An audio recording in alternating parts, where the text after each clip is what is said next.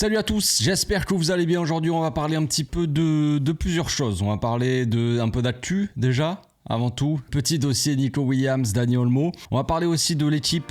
Donc on y va, c'est parti.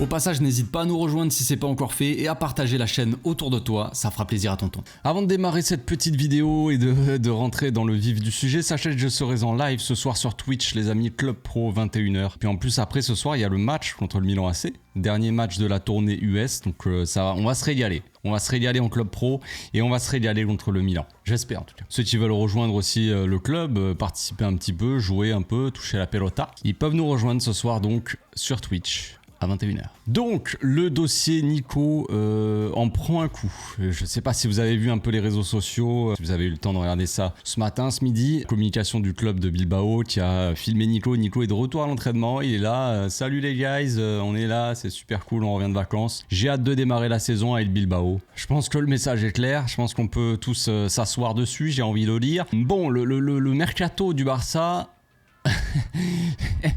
J'ai pas envie de dire ouais le mercato il commence à... Non, il y a rien du tout en fait, c'est le désert total. On peut se plaindre, on a le droit je pense. On attendait quand même quelques renforts. C'est ce que Laporta avait dit de toute façon hein. Je veux dire, nous en tant que supporters on attend toujours du renfort. On se dit voilà, faut aller chercher un tel, faut aller chercher un tel. Il y en a qui sont un petit peu plus foufou que d'autres et qui vont vouloir aller chercher des mecs inatteignables, tu vois. Pourquoi on n'irait pas chercher Wirtz, tu vois, il vaut 150 millions. Frérot, déjà on arrive à peine à signer des mecs comme Roméo la saison dernière. Que veux-tu aller chercher Wirtz? Donc voilà, on peut pas mettre l'argent sur Nico non plus. Donc on va essayer de parler un petit peu de tout ça, essayer de décrypter le truc, même si nous en tant que personnage, personne externe à au club, tout ça, à toutes ces affaires, on n'a pas les vraies infos. On a juste à voir les infos qui se passent devant nous et essayer de comprendre ce qu'il se passe. Bref, donc en tant que supporter, on attend quand même souvent un petit mercato, souvent 2-3 renforts, tu sais, histoire de renforcer l'équipe. Quand tu fais une saison qui a été plutôt mauvaise, où tu as vu pendant toute la saison, il t'a manqué pas mal de joueurs, tout ça, des joueurs qui ont été blessés. Qu'est-ce qui n'a pas marché surtout aussi? On n'a pas eu d'ailier, un tel, machin, les latéraux, ah ouais, c'était compliqué, tac, ici c'était compliqué aussi. On a eu une saison un petit peu compliquée, donc on sait à peu près, j'imagine qu'au club, en plus en interne, qui travaille vraiment, j'imagine qu'ils travaillent vraiment pour le club, tu vois, ils voient ce qui n'allait pas et tout ça, ce qu'il faut un petit peu renforcer. Donc on s'est dit, il va falloir renforcer un tel poste. C'est ce que Laporta, comme je le disais, lui-même a dit. Nous, en tant que supporter, on l'a pas inventé. Laporta, il a dit, il y a eu un podcast spécial Laporta où il annonçait 2-3 trucs. Il avait dit, on compte sur la Masia, tout ça, c'est, je sais, la Masia, les amis, notre salut passera par la Masia, c'est tout. Notre force, notre histoire a montré que la Masia est le truc central sur lequel il faut vraiment s'appuyer pour construire des belles choses au club. Mais bref, en tout cas, il a dit on va signer un milieu et on va signer un ailier. C'est ça qu'il a dit. Est-ce qu'il a dit je vous jure qu'on va le signer? Je ne sais plus. Ou est-ce qu'il a dit je pense qu'on va aller chercher, tu vois, on aimerait... je sais plus exactement ce qu'il a dit. Mais en tout cas, c'est le projet, c'était ça. Un ailier, Nico Williams... Un milieu, c'était Kimmich, concrètement. Kimmich, je ne pense pas que ça soit possible, on n'a plus aucune news là-dessus. Le milieu s'est transformé en Dani Olmo, et Dani Olmo se transforme en ailier du coup. Ce début, les infos qu'on avait aussi, c'était quand même si je sais que les infos, il faut les prendre avec les pincettes, les amis. On nous disait en tout cas que Nico Williams et Dani Olmo vont venir. C'est pas genre il faut choisir entre Dani Olmo et Nico Williams. Non, vous inquiétez pas, on va faire les deux. Donc ça, c'est les médias qui le disaient, évidemment, c'est pas le club, faut pas confondre non plus. Des fois, t'as le club qui fait fuiter des infos dans les médias, mais des fois, les médias, ils aiment bien aussi inventer des choses pour faire vendre du papier et pour survivre. En Espagne, on sait que c'est compliqué financièrement. Il faut bien raconter 2-3 conneries histoire de survivre.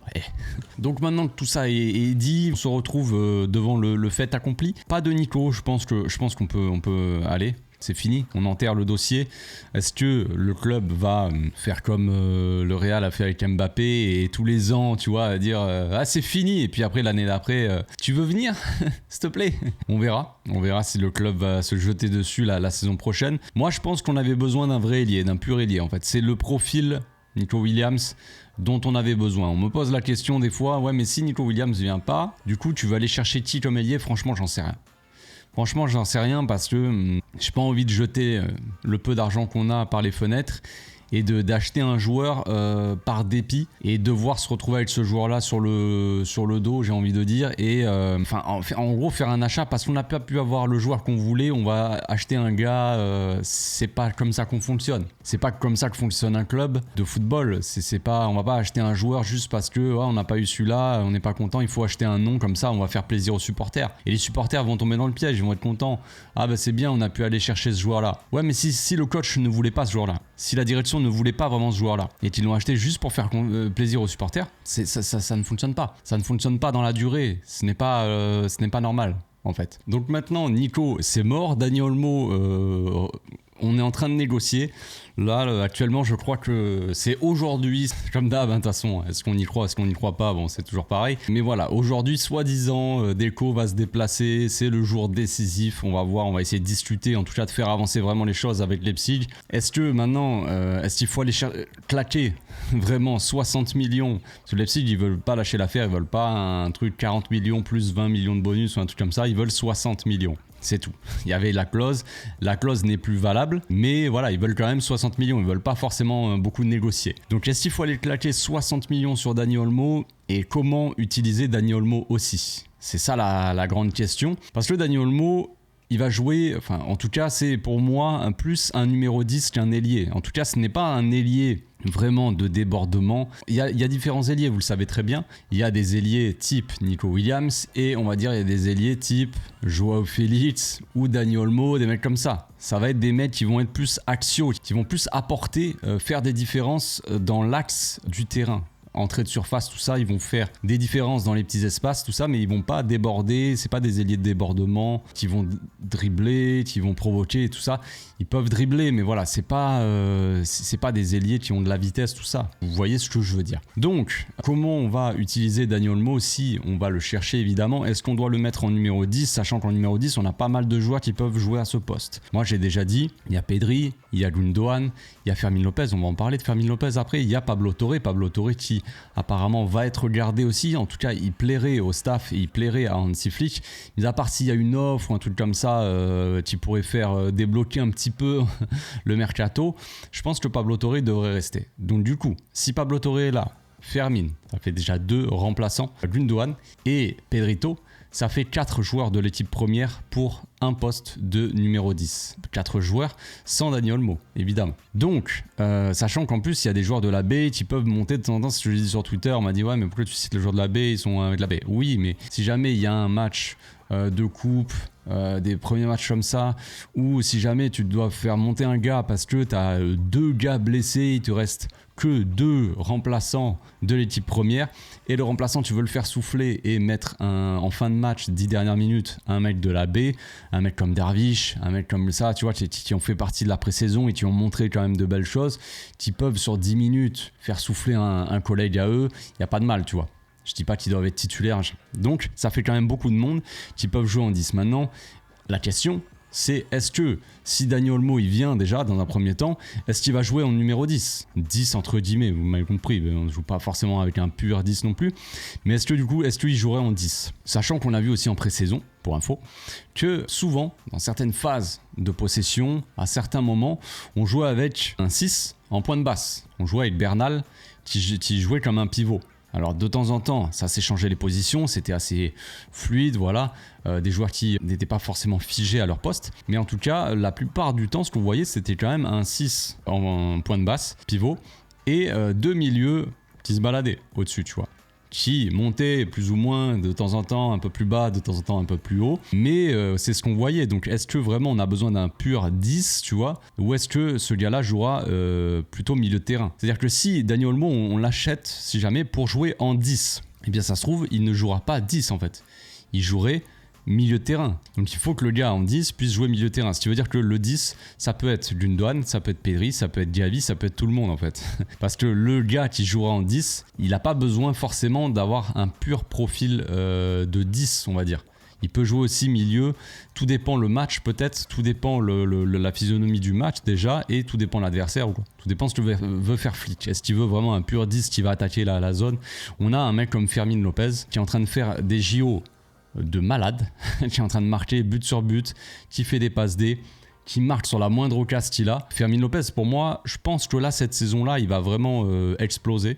Si on lui fait confiance, évidemment, s'il joue pas une minute, je vois pas comment il pourrait exploser. Mais je pense que si vraiment il a sa chance un petit peu plus, il a plus de minutes, on va dire, que la saison dernière, je pense vraiment qu'il peut exploser sous Flick. Parce que concrètement, il a toutes les qualités que, à mon avis, recherche Flick pour son poste de numéro 10.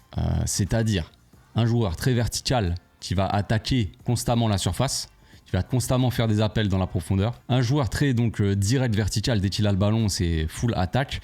Un joueur qui se projette donc dans la surface, comme je l'ai dit, et qui marque quand même pas mal de buts. Un joueur qui tente aussi sa chance par la frappe, qui a une bonne frappe, on l'a vu. Dès ses premiers matchs en pré-saison la saison dernière, il met un banger du pied gauche direct, il envoie une lucarne contre le Real Madrid. Il a mis des très beaux buts contre le Maroc hier, le match. Au moment où il tente une frappe, je lui dis mais pourquoi il tente ça ? Et il était à deux doigts de marquer. Il tire en dehors de la surface du pied gauche. Déjà, il tente souvent sa chance du pied gauche. Donc pied droit, pied gauche, il a une très bonne frappe, Fermin. Il faut évidemment qu'il améliore beaucoup de choses. C'est pas un joueur qui est fini. C'est un joueur qui de temps en temps se précipite trop.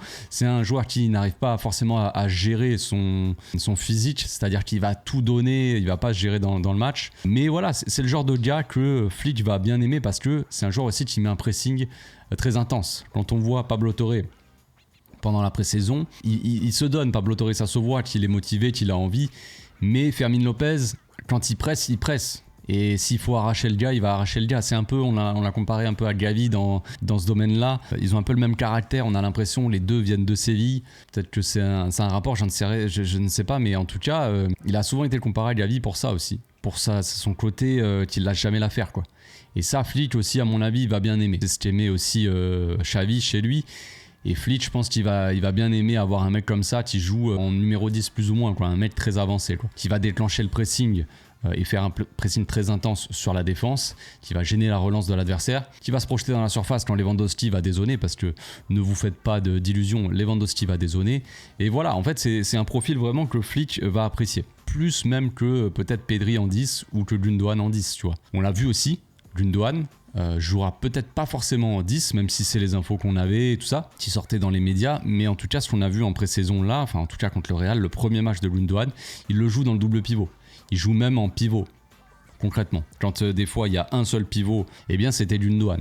Comme a pu le faire Gundogan avec Xavi d'ailleurs. Donc la question c'est, vu que Nikos est mort et que Dani Olmo c'est en train de continuer à se rapprocher, sachant qu'en parallèle on nous annonce quand même qu'on a enfin trouvé un remplaçant à libéraux, il y a un gars, une entreprise qui va payer là les 40 millions qu'on aurait dû touché la saison dernière quand même, l'année dernière en août 2023 on aurait dû avoir 40 millions, ce paiement là n'est jamais arrivé et là enfin il y a une entreprise qui va venir les payer. On a remplacé l'autre entreprise qui pouvait pas payer ou qui avait pas envie, j'en sais rien, ils ont foutu, mais en tout cas on a trouvé les 40 millions, donc il y a les 40 millions qui vont rentrer pour l'année dernière quand même, c'est pour l'année dernière, c'est pas pour cette année, et ensuite il faudra qu'on vende le reste pour 60 millions. Voilà, ça c'est ce qui est prévu.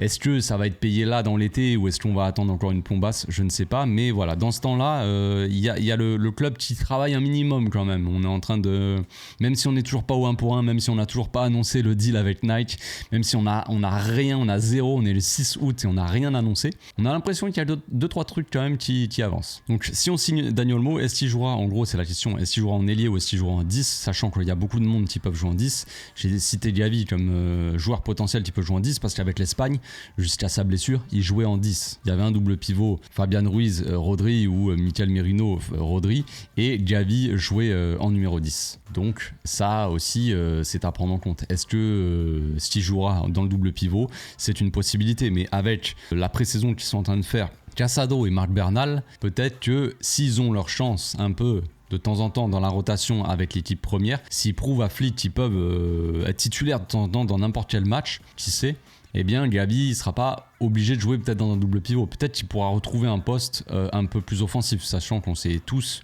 j'imagine un petit peu que Gavi, quand il était chez les jeunes à la Masia, il jouait très offensif, il jouait plus ou moins numéro 10 ou un poste très avancé comme ça, offensif, et il marquait beaucoup de buts. Donc Dani Olmo, si on le signe et qu'il joue à gauche, bon, désolé de vous apprendre ça ou de vous le faire remarquer, mais on jouera une sorte de milieu à 4 qui ne sera Concrètement, pas un milieu à 4, hein, évidemment, parce qu'on va jouer un petit peu différemment avec Flick. Flick, ce qu'il aime bien, c'est avoir 2 latéraux qui montent. On l'a vu là dans la pré-saison, ce sont des phases de test, ce sont des matchs amicaux, certes, mais Flick, il va pas jouer d'une certaine façon les matchs amicaux parce que c'est des matchs amicaux et après pendant la saison jouer totalement différemment. Non, le but c'est de se préparer et de faire comprendre, on va dire, à tous les types sa manière de voir le football et enfin de commencer à jouer comme il veut que l'équipe joue, quoi, tout simplement. Donc les 2 latéraux qui sont très offensifs, Baldé d'un côté, Alex Vaillé de l'autre. Donc on avait les latéraux qui prenaient les couloirs et les ailiers qui rentraient dans l'axe. Donc on sait que Lamine Yamal, quand il va rentrer dans l'axe,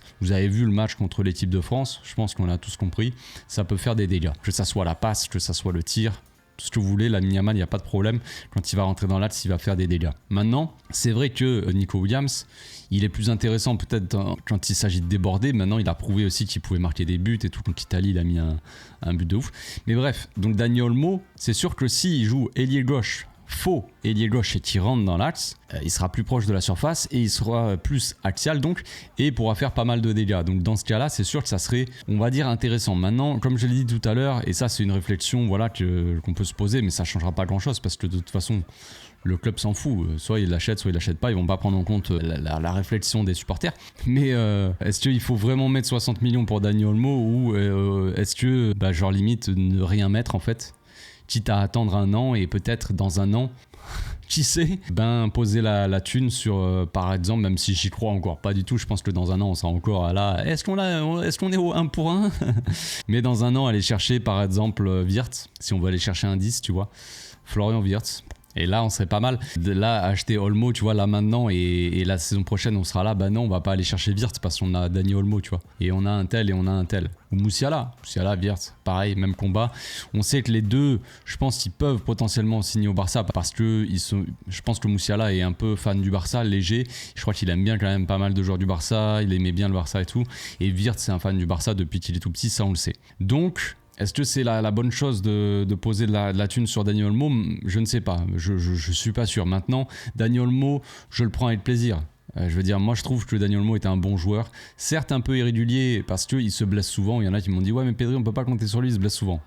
Je crois qu'ils connaissent pas bien Dani Olmo, qui a loupé quasiment autant de matchs et qui a été blessé autant de temps que Pedri la saison dernière. C'est dire, donc c'est bien parce que à eux deux ils peuvent faire un joueur, tu vois, qui peuvent former peut-être un joueur à temps plein. Qui sait, ils peuvent s'échanger un peu les postes, ça serait pas mal aussi. Voilà, donc je sais pas ce que vous pensez de tout ça. C'est un peu un sacré bordel, on verra si on arrive déjà à aller chercher Olmo parce qu'on parle, mais on a parlé pour Nico Williams, ça semblait proche et finalement non. Est-ce que c'est parce que le club n'est pas foutu de revenir au 1 pour 1 et n'est pas foutu de donner des garanties aux joueurs et c'est pour ça que les joueurs disent ouais non j'ai pas envie de m'embarquer là-dedans, ça se trouve on va signer, on va officialiser le truc, tu pourras pas m'enregistrer. Bon, je pense que Nico Williams n'a aussi pas envie de se lancer là-dedans quand on voit le club en fait, comment on est en train de galérer, en train de compter nos sous, comment vouloir à Nico Williams d'hésiter on va dire. Les gens ils sont là à dire, il y en a beaucoup des supporters qui sont là à dire ouais mais s'il hésite on veut pas le signer. Ouais je suis d'accord en soi, mais je suis pas sûr que Nico Williams n'ait pas envie de venir au Barça pour le côté sportif. Je pense que c'est surtout le côté direction. Ça fait des années maintenant qu'on est dans une merde totale. Les dirigeants sont pas foutus de nous sortir de ça, tiens. Ça fait déjà 2-3 ans peut-être qu'on nous dit ouais vous inquiétez pas on va revenir au 1 pour 1. Allez les gars, on est en 2024, on attend toujours, on nous a dit ça en 2021 les gars. On est de retour, papa est de retour les gars, ça va péter tu sais. Et puis après on attend, finalement un peu les finances c'était un peu compliqué. Bon vas-y, on est le compréhensif, on va attendre. Moi, c'est ce que j'avais dit, on va attendre, c'est vrai que c'est dur, Bartomeu nous a mis dans la merde. Et ouais, mais ça va pas durer 20 ans non plus, Bartomeu, tu sais, au bout d'un moment, on va être en 2050 et on sera là, ouais, Bartomeu, tu sais, les gars, je veux bien, mais quand même, au bout d'un moment, il s'agirait de pas tout remettre sur les autres et de commencer à bosser, quoi. Et de commencer à se remettre en question aussi, peut-être. Donc pour finir, on parlait un peu des latéraux offensifs et de la manière de jouer de Flick, avec donc des latéraux qui montent, qui prennent le couloir, qui sont offensifs. On va parler de Koundé du coup. Koundé qui s'est exprimé là, il a dit que lui il est chaud patate. Il peut jouer où le coach en a besoin, qu'il est toujours plus à l'aise, ou en tout cas serait plus chaud de jouer dans l'axe, défenseur central, mais qu'il jouera là où le coach le veut, quoi. Il a commencé à peut-être voir d'une autre manière tout ça, parce que ça faisait il y avait des rumeurs comme quoi Koundé voulait pas jouer à droite et tout. Le début de saison dernière, il jouait plus à droite, c'était Ronald Araujo, puis au bout d'un moment on a dû remettre Koundé à droite. Je pense que Xavi lui a demandé et qu'il avait dit bon vas-y, et on a vu quand même qu'il a passé, c'est ce qu'il a dit lui aussi, il a passé un step, tu vois, et c'est un peu amélioré en tant que latéral droit. Il a bossé dur pour ça, il est arrivé à l'Euro, là ça a été il a fait une grosse performance. Après on sait que Koundé c'est plus un latéral, quand il joue latéral en tout cas, plus un latéral défensif que offensif. C'est pas un gars, même s'il a beaucoup bossé sur les centres, la qualité de ses centres et tout, on l'a vu à l'Euro, il faisait quand il montait, il faisait des petites centres ou des centres à terre, des passes en retrait, des choses comme ça. C'était vraiment pas mal, hein. Pour un défenseur central de base quand même, c'est vraiment pas mal. Donc il a vraiment bossé là-dessus, donc ça c'est positif. Maintenant, est-ce que ça convient à ce que veut Flick? Est-ce qu'il voit Koundé comme un latéral qui peut vraiment attaquer l'espace, vraiment faire des différences dans son couloir par la passe ou par un petit crochet ou un truc comme ça? Et je ne sais pas. Je ne sais pas. Peut-être qu'il le testera. De toute façon, on verra. Maintenant, on sait que les latéraux, on a latéral droit, au poste de latéral droit, en tout cas, on a Julian Araujo, on a Hector Fort et on a Alex Valle. Pour le moment, celui qui se dégage le plus, qui s'est le plus montré, on va dire, c'est Alex Valle, qui est latéral gauche au final. Hector Fort comme doublure. Julian Araujo, on l'a vu dans le premier match contre City, il a joué ailier. Il a joué ailier droit, il n'a pas vraiment joué latéral.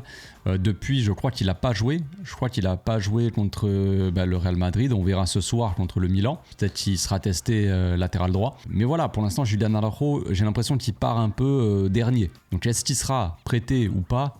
Je ne sais pas. Mais voilà, on a la solution Koundé. Maintenant, qui mettre au poste de latéral en tant que titulaire, quoi, latéral droit. Ce latéral gauche, je pense que il y a Baldé, il y a Gérard Martin qui fait forte impression aussi, qui a fait une grosse saison avec le Barça B, on en avait déjà parlé. Alex Valle qui est très bon aussi, latéral droit, mais bon, qui de base est latéral gauche, donc dans le pire des cas, il peut jouer aussi à gauche. Et au poste de latéral droit, du coup, on a dit ce qu'il y avait. Maintenant, si on devait partir avec Alex Valle titulaire à droite, ou si jamais Alex Valle peut pas jouer ou quoi, Hector Fort titulaire à droite, ou même Julian Araujo, il y en a qui disent ouais, Julian Araujo, machin, ouais, mais ok, mais il a jamais forcément joué au niveau de là être titulaire au Barça. Il y a quand même une sacrée marge de progression, un sacré écart, quoi. Puis Hector Fort, c'est pareil, il a été titulaire de temps en temps là, la saison dernière, mais est-ce qu'il peut être titulaire indiscutable et enchaîner les matchs avec le Barça? Ça me paraît un peu compliqué. Donc là, le seul qui peut le faire, c'est Koundé. Mais quand même, j'ai cette petite interrogation de dire est-ce que vraiment son profil colle à ce que veut Flick? Voilà, je laisse ces questions-là. Dites-moi vous en commentaire ce que vous en pensez. Est-ce que Koundé doit vraiment être installé comme latéral droit, ou est-ce qu'il faut faire confiance à des jeunes, quitte à avoir des matchs comme ça où ça va être compliqué avec l'inexpérience, tout ça, en Ligue des Champions, dans des matchs comme ça qui sont à forte pression, quoi? Ou est-ce que ces matchs-là, on doit balader Koundé de temps en temps à droite et puis après on le remet, comme on faisait avec Ronald, on mettait Ronald latéral droit que quand il y avait Vinicius en face ou quoi, ou Rashford ou des mecs comme ça? Je suis pas fan de faire ça, moi. Parce que c'est montrer que t'as pas confiance en ton latéral, en fait. T'envoies un message en tant que coach, t'envoies un message à ton latéral que là, c'est un mec qui est chaud en face, toi t'arriveras pas à défendre, donc je vais mettre un autre. C'est pas bon comme message pour les joueurs, je pense. Voilà, je pense que j'ai fait un petit peu le tour. C'était un mélange d'actu et de réflexion sur l'équipe de la saison prochaine. Je pense que Fermin va avoir une grosse place. J'en ai parlé un petit peu de Fermin, mais je pourrais en parler pendant des heures, parce que Fermin, je pense vraiment que ça peut être sa saison, parce que vraiment il a le profil, pour moi, typique d'un titulaire sous Flick. Je sais pas ce qui va se passer avec les autres, je sais pas qui va jouer ce rôle de 10. Pablo Torre montre des belles choses, mais je pense que Fermin peut lui passer devant de par son profil. Je pense que Flick va vraiment aimer Fermin. C'est un ressenti de j'ai, une sensation. C'est pas sûr, tout ça, c'est pas d'infos ou quoi que ce soit. Je pense que si Fermin il a sa chance, il peut exploser, ouais. Ça peut être typiquement le genre de gars qui met 20 buts dans la saison, les buts à la place de Robert, hein, j'ai envie de dire. Donc on se retrouve, je sais pas si je ferai un débrief juste après le match, cette fois-ci je suis chez moi, donc ça sera beaucoup plus pratique. Peut-être un débrief à chaud, donc juste après le match, ou alors le lendemain, mais je pense en vrai je le ferai juste après le match. Il y a des chances, ouais. Donc on se retrouve ce soir pour le live Twitch, ou après pour le débrief. D'ici là, portez-vous bien, passez une très bonne journée. Ciao.